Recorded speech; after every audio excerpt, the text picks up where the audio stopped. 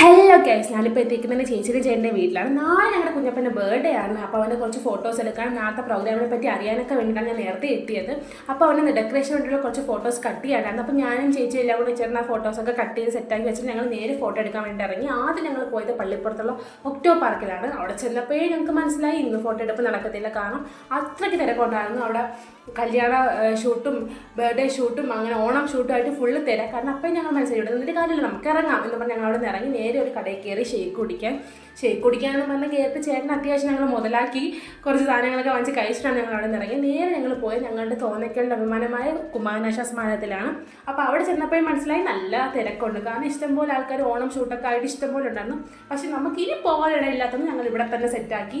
അങ്ങനെ നമ്മൾ അവിടെ നിന്ന് കുഞ്ഞപ്പൻ്റെ കുറേ ഫോട്ടോസൊക്കെ എടുത്തിട്ട് കുറേ ആയിട്ട് കുഞ്ഞപ്പൻ അവിടെ നിന്ന് വരുന്നില്ല. പിന്നെ ഞങ്ങൾ എങ്ങനെയെങ്കിലുമൊക്കെ വലിച്ചിറക്കി അവരെ കൊണ്ടുപോകുന്നതാണ് നിങ്ങൾ ഈ കാണുന്നത്.